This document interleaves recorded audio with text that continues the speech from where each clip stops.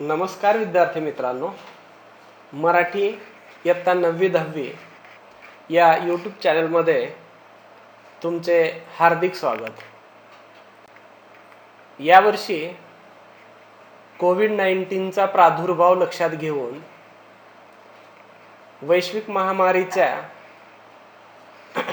महामारीपासून बचाव करण्यासाठी आपण घर बसल्या या यूट्यूब चॅनलद्वारे शिक्षणाचा लाभ घेऊ शकता. त्या उद्देशानेच या ठिकाणी आपण या चॅनलची सुरुवात केलेली आहे. मराठी कुमार भारती प्रथम भाषा इयत्ता 10वी घटकनिहाय गुण विभागणी. तुम्हाला माहीत असेलच की प्रत्येक विषयाच्या वेगवेगळ्या घटकांना आपल्या परीक्षेमध्ये जे गुणाचं वेटेज दिलेलं असतं ते सर्वप्रथम माहीत करून घेणे गरजेचं आहे. त्यासाठी सर्वात सुरुवातीला आपण घटकनिहाय गुण विभागणी पाहूयात. घटक आणि गुण प्रामुख्याने मराठी प्रथम भाषेमध्ये 5 घटकावर आधारित आपली लेखी परीक्षा होते. त्यामध्ये पहिला घटक आहे गद्य. यासाठी 18 गुण आहेत. त्यानंतर पद्य घटक, यासाठी 16 गुण आहेत. स्थूल वाचनासाठी 6 गुण असून भाषा अभ्यासाला 16 गुण आहेत. आणि उपयोजित लेखनासाठी 24 गुण आहेत. या सर्वांची बेरीज केल्यानंतर 80 गुण होतात. आपणास या 80 गुणांची परीक्षा देण्यासाठी त्या कृतीपत्रिकेतील प्रत्येक प्रश्न सोडवता यावा, कृतीपत्रिकेतील सर्वच बारकावे लक्षात घेता यावेत, म्हणून नवीन अभ्यासक्रमानुसार सुधारित मूल्यमापन आराखडा 80 गुणाचा नवीन कृतीपत्रिका आराखडा आज आपण इथे पाहत आहोत. विभाग 1 गद्य विभाग. आताच आपण पाहिलं की पहिला भाग गद्य विभागाचा आहे, तो 18 गुणासाठी आहे. प्रश्न पहिला अ व आ असे 2 उतारे पठित उतारे येतात, जे की वर्गात शिकविलेले आहेत. प्रत्येक उतारा हा 7 गुणाचा असतो. म्हणजेच 7 अधिक 7 एकूण 14 गुण 2 उतार्यांसाठी.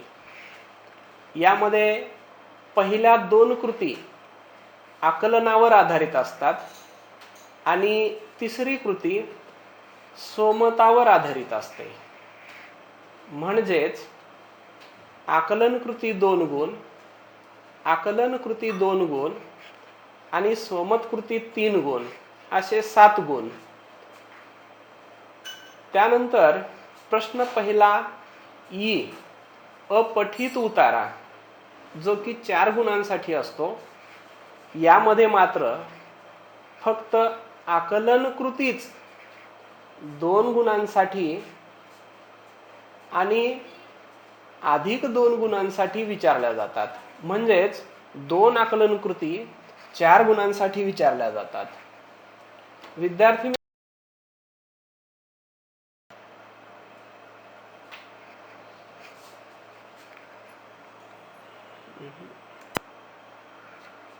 येथे प्रश्न पहिला अ आकलन कृती 2 गुण, आकलन कृती 2 गुण व सोमत 3 गुण असे एकूण 7 गुण. तर प्रश्न पहिला आ तोही आकलन कृती 2 गुण, आकलन कृती 2 गुण व स्वमत 3 गुण असे एकूण 7 गुण. प्रश्न पहिला ई, अपठित उतारा. आकलन कृती 2 गुण, आकलन कृती 2 गुण असे एकूण 4 गुण. अशा प्रकारे 7 गुणांचे 2 पठित उतारे विचारले जातात व एक अपठित उतारा 4 गुणांसाठी विचारला जातो. एकंदरीत गद्य विभाग एकूण 18 गुणांसाठी आहे. हे झालं प्रश्न पहिला अ आ ई साठी स्पष्टीकरण. पण आकलन आणि स्वमत हे आपण प्रत्यक्ष पाठावर व्हिडिओ बनवताना सविस्तर चर्चा करणार आहोत. तत्पूर्वी आकलन आणि स्वमतावर आधारित कृती सोडविताना कोणत्या काळजी घ्याव्या लागतात किंवा कोणती काळजी घ्यावी लागते हे लक्षात घेणं गरजेचं आहे. सर्वप्रथम आपण आकलनावर व उपयोजनावर आधारित कृती कशा सोडवायच्या हे पाहूयात. शक्यतो अशा कृती या वस्तुनिष्ठ स्वरूपाच्या असतात. म्हणजेच रिकाम्या जागा भरा, गाळलेल्या जागा भरा,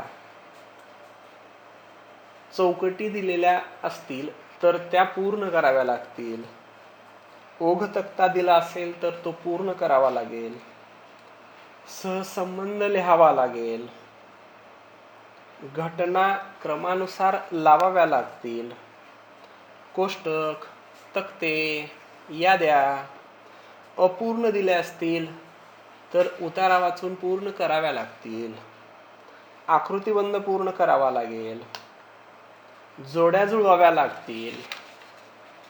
म्हणजेच आपणास आकलन कृती थोडक्यात सांगायचं झालं तर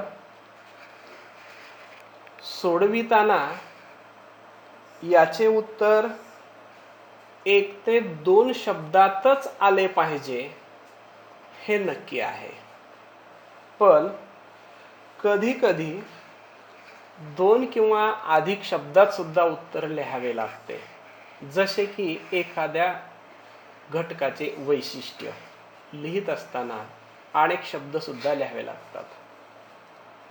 कधी कधी पूर्ण वाक्यात सुद्धा या ठिकाणी आकलन कृतीसाठी उत्तर लिहावे लागेल. पण अशी परिस्थिती अपवादात्मक असते. यानंतर स्वमत. स्वमताचा विचार केला तर एक गोष्ट नक्की लक्षात घ्या, हा मुक्तोत्तरी स्वरूपाचा प्रश्न आहे. मुक्तोत्तरी स्वरूपाचा प्रश्न म्हणजे काय तर स्वतःच्या शब्दात स्वतःचे मत मांडण्यासाठी आधीच लक्ष दिले पाहिजे. पाठ्यांशावर आधारित जशाचा तसा भाग उत्तरासाठी किंवा स्वमतासाठी लिहिणे चूक ठरेल. म्हणून स्वतःच्या शब्दात स्वतःचे मत मांडणं गरजेचं आहे.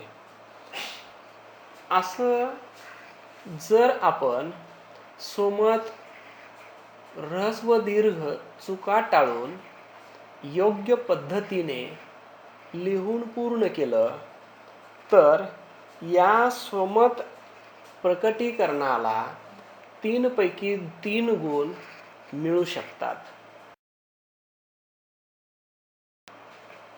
पुढचा विभाग 2 पद्य विभाग आहे. तो आहे 16 गुणांचा. प्रश्न दुसरा अ, पठित पद्य.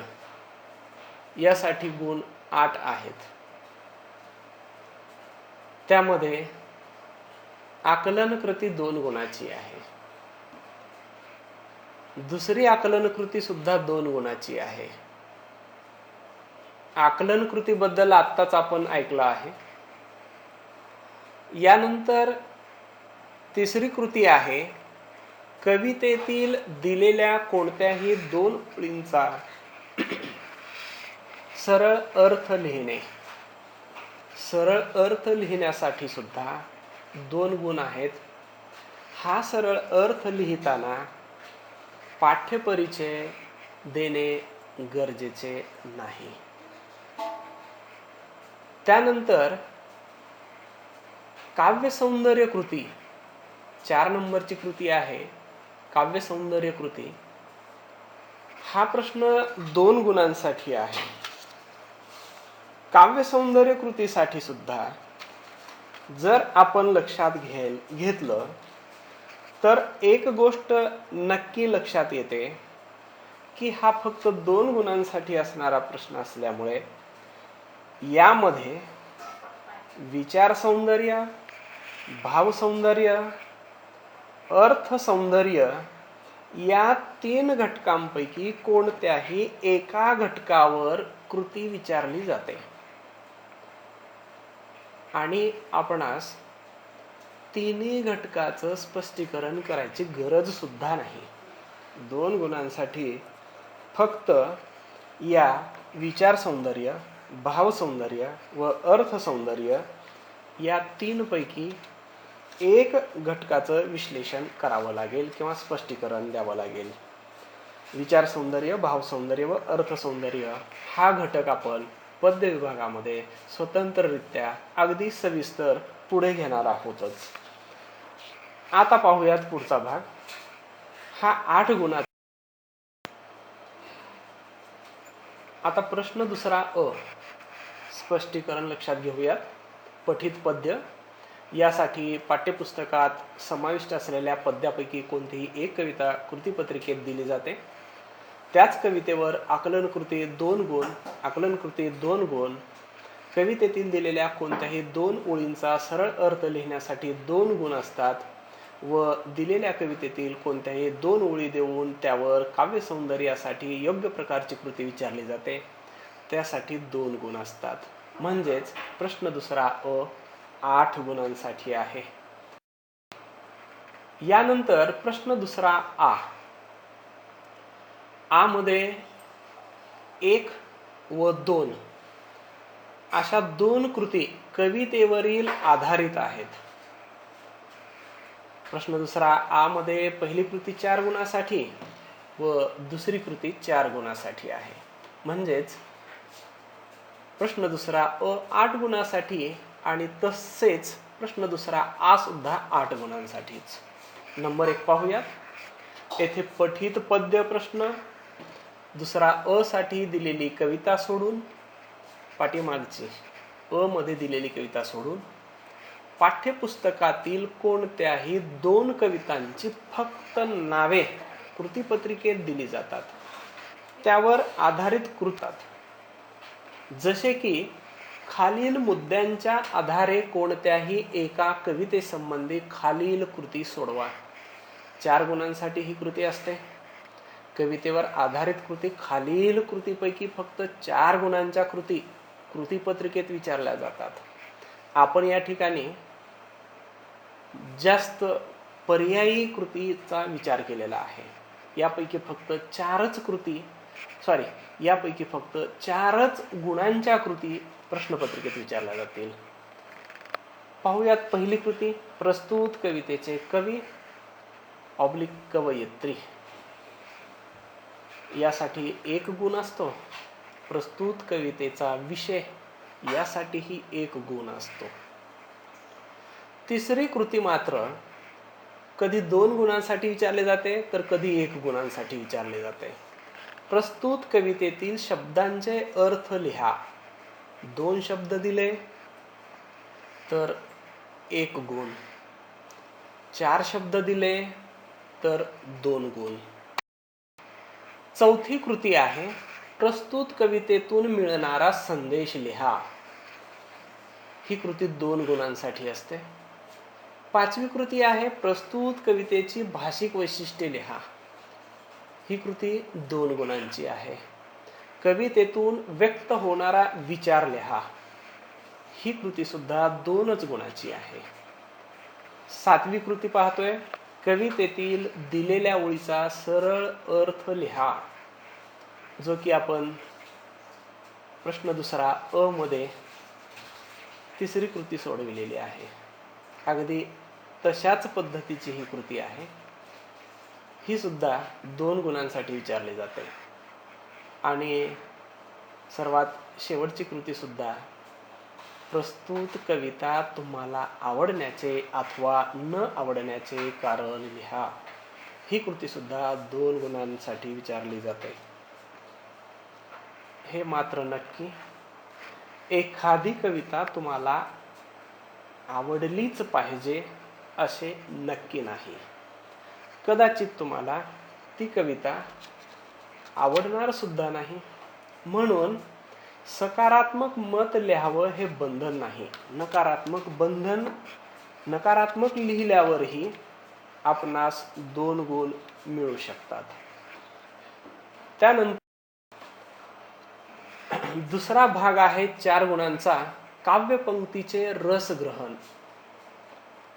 4 गुणाची कृती आहे. येथे प्रश्न दुसरा अ व आ मध्ये बरं का, किंवा या 2 प्रश्नांसाठी दिलेल्या कविता सोडून पाठ्यपुस्तकात समाविष्ट असलेल्या इतर कवितापैकी कोणत्याही एका कवितेतील रसग्रहणास अनुकूल अशा 2 किंवा 4 ओळी कृतीपत्रिकेत दिल्या जातात. त्या काव्यपंक्तीच्या आधारे रसग्रहण करावयाचे.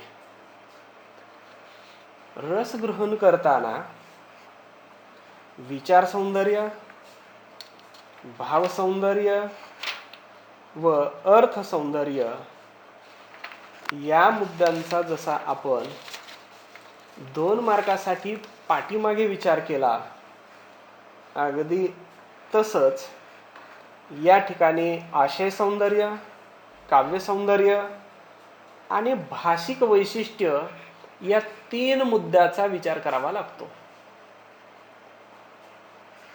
एक गोष्ट लक्षात घ्या, पुढे काव्यपंक्तीचे रसग्रहण करताना आशय सौंदर्य, काव्य सौंदर्य आणि भाषिक वैशिष्ट्य या 3 मुद्द्यांचे सविस्तर स्पष्टीकरण आपण घेऊयात. पुढचा भाग आहे स्थूल वाचनाचा. स्थूल वाचन हे प्रामुख्याने 6 गुणांसाठी असतं. सोपा भाग आहे. प्रश्न तिसरा. येथे स्वमत व अभिव्यक्तीवर आधारित 3 गुणांच्या 3 कृती सोडवण्यासाठी दिल्या जातात. त्यापैकी कोणत्याही 2 कृती सोडविणे अपेक्षित असते आणि 2 कृती सोडविल्यानंतर आपणास 6 गुण. यानंतर विभाग आहे चौथा, भाषा अभ्यास. हा 16 गुणांसाठी असतो. प्रश्न चौथा अ. भाषा अभ्यासामध्ये अ आणि आ असे 2 भाग आहेत. सर्वप्रथम आपण अ मध्ये व्याकरण घटकावर आधारित कृती पाहणार आहोत. व्याकरण घटकावर आधारित कृती या 8 गुणांसाठी विचारल्या जातात. या 8 गुणांच्या कृती पुढील प्रमाणे. समास 2 गुणांसाठी विचारला जातो.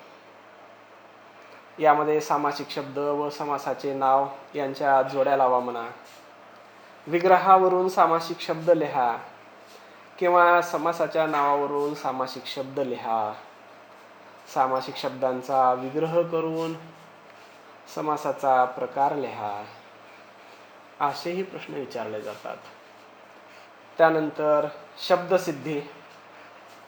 कधी उपसर्ग लावून शब्द तयार करावे लागतात, कधी प्रत्यय लावून शब्द तयार करावे लागतात.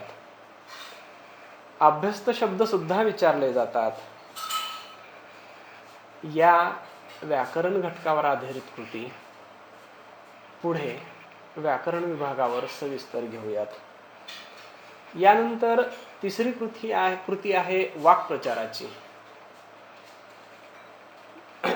या ठिकाणी वाक्प्रचार 4 गुणांसाठी आहेत.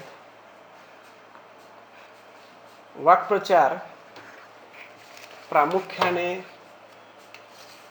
खूप काळजीपूर्वक सोडवावेत, कारण त्यासाठी एक नाही, दोन नाही, तर 4 गुणांसाठी हा प्रश्न आहे.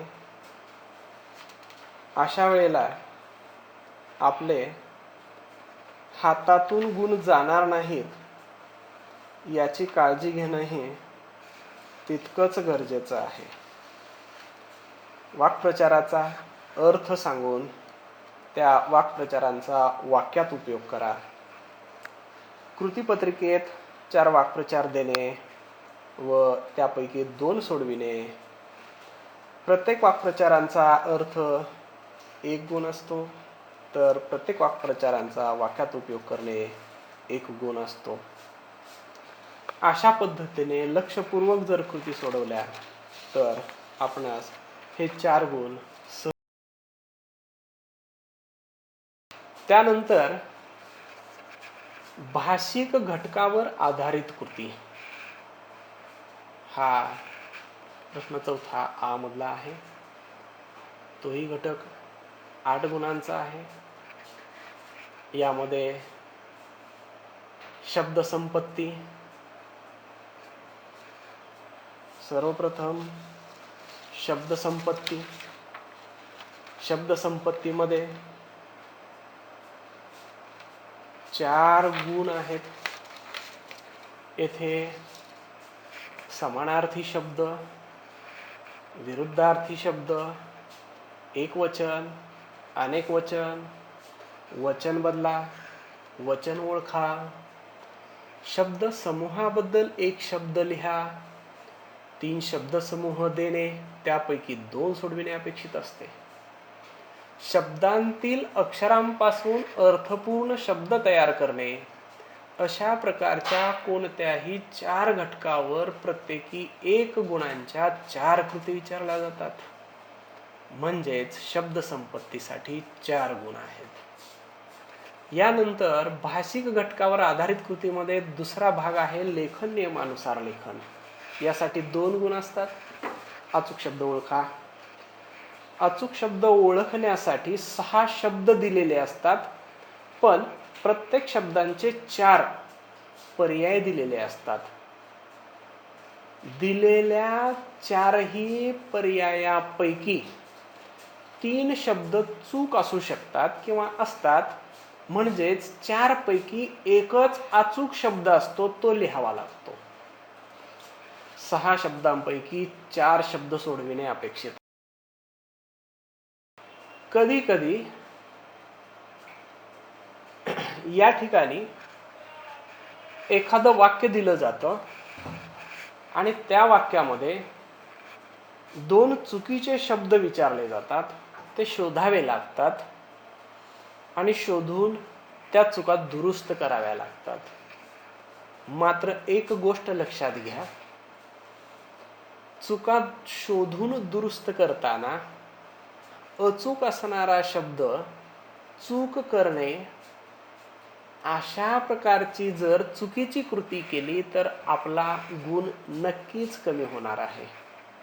म्हणून या ठिकाणी लेखन नियमानुसार विचार करून अचूक शब्द जशास तसा लिहावा आणि चुकीचा शब्द दुरुस्त करून किंवा अचूक करून लिहावा. त्यानंतर तिसरा भाग आहे विरामचिन्हांचा. तोही 1 गुणाचा आहे. योग्य विरामचिन्हे वापरा, विरामचिन्ह ओळखा, चुकीची विरामचिन्हे बदला. यांपैकी 1 गुणांसाठी कोणतीही एक कृती विचारली जाते. त्यानंतर चौथा भाग आहे पारिभाषिक शब्द. तोही 1 गुणांसाठीच आहे. येथे गद्य, पद्य या दोन्ही विभागातील घटकांवर आधारित कोणतेही 2 पारिभाषिक शब्द दिले जातात व दोन्ही सोडविणे अपेक्षित असते. प्रत्येक शब्दासाठी अर्धा गुण असतो. म्हणजेच 2 शब्द अचूक सोडवल्यावर आपणास 1 गुण मिळतो. यानंतर विभाग 5 आहे उपयोजित लेखनाचा. तब्बल 24 गुणांचा हा प्रश्न आहे. तुमच्यासाठी फारच महत्त्वाचा आहे आणि या प्रश्नाचा सराव आजपासून जर तुम्ही चांगल्या पद्धतीने केलात तर आपणास हे 24 गुण मिळविणं खूप सुलभ होणार आहे. त्यासाठी खूप चांगल्या आणि सहज सोप्या टिप्स मी उपयुक्त लेखनाच्या व्हिडिओमध्ये नक्कीच तुमच्यापर्यंत पोहोचवेन याची मला खात्री आहे. या उपयोजित लेखनात प्रश्न 5वा अ पहिला भाग आहे पत्रलेखनाचा. येथे पत्रलेखनासाठी 2 कृती विचारल्या जातात. दोन्हीपैकी एक सोडविणे अपेक्षित आहे. यासाठी 6 गुण असतात. यामध्ये पत्रलेखनात 2 प्रकार असतात. औपचारिक पत्रात मागणी पत्र व विनंती पत्र व दुसरा प्रकार आहे अनौपचारिक म्हणजे कौटुंबिक पत्र. कोणतेही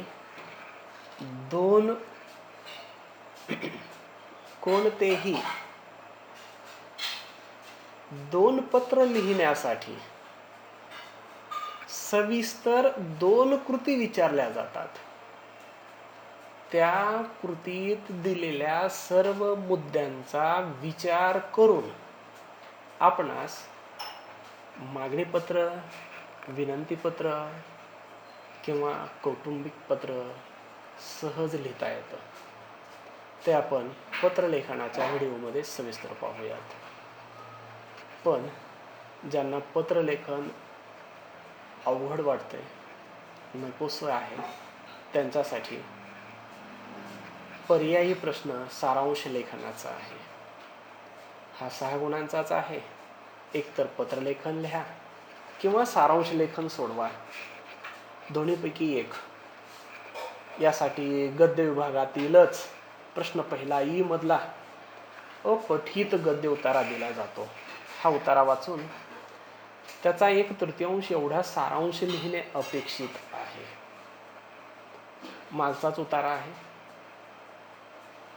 नेहमी पाहतो आम्ही बरेच असे विद्यार्थी गद्य विभागातील प्रश्न पहिला ई मधील अपठित गद्य उतारा वाचा आणि त्याचा 1/3 सारांश लिहा म्हणून प्रश्न जरी विचारलेला असला तरी प्रश्न पहिला अ किंवा आ मधला उतारा घेतात आणि 1/3 सारांश करतात.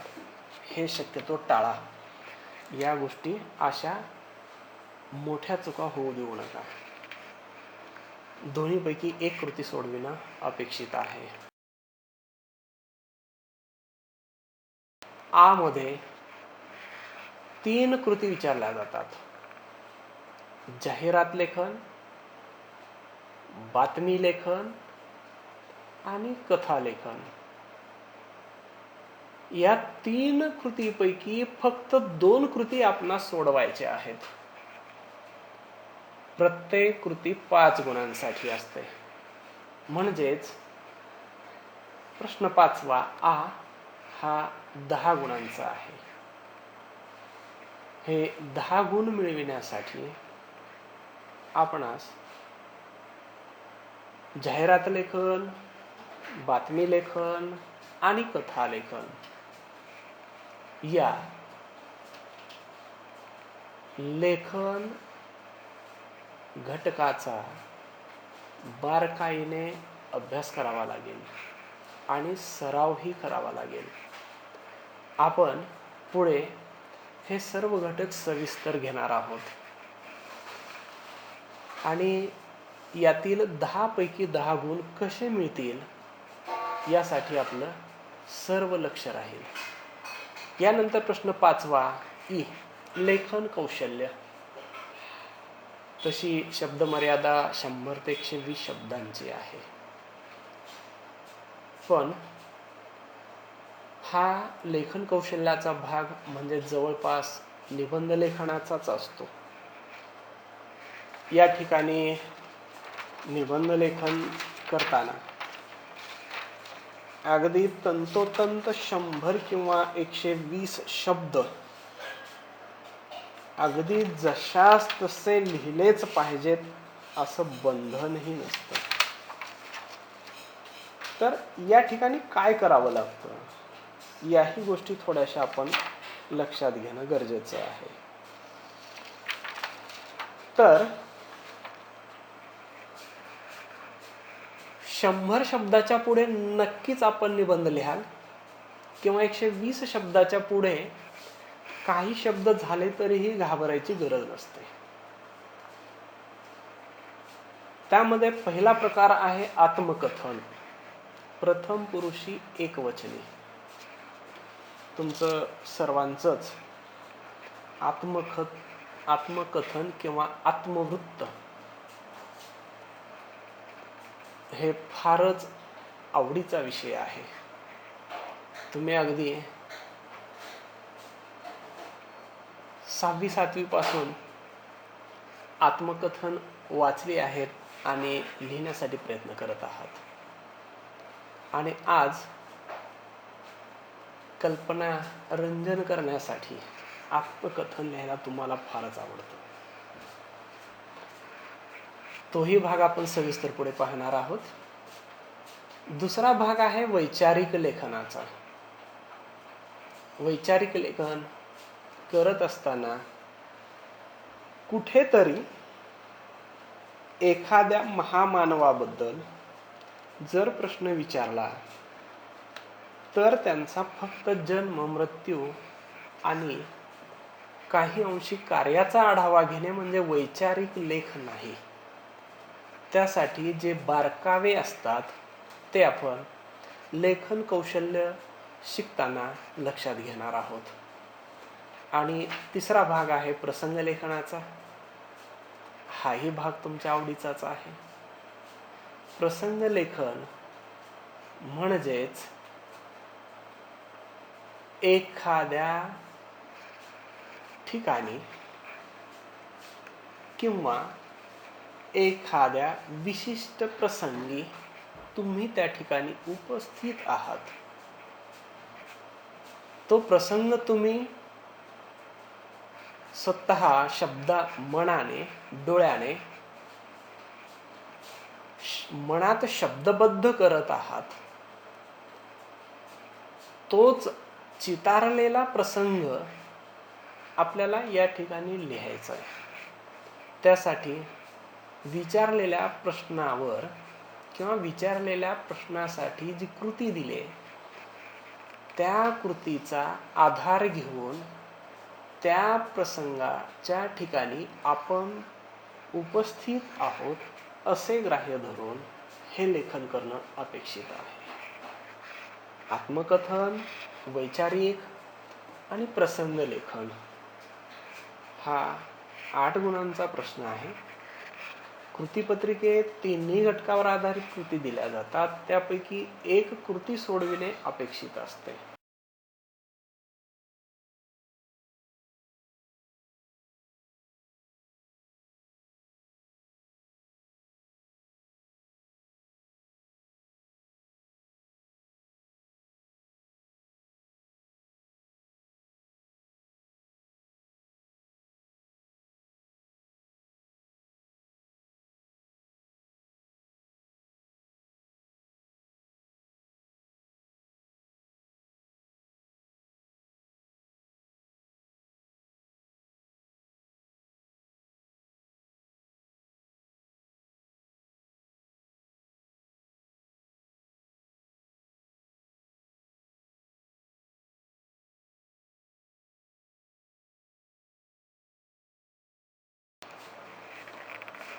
आपण अशा पद्धतीने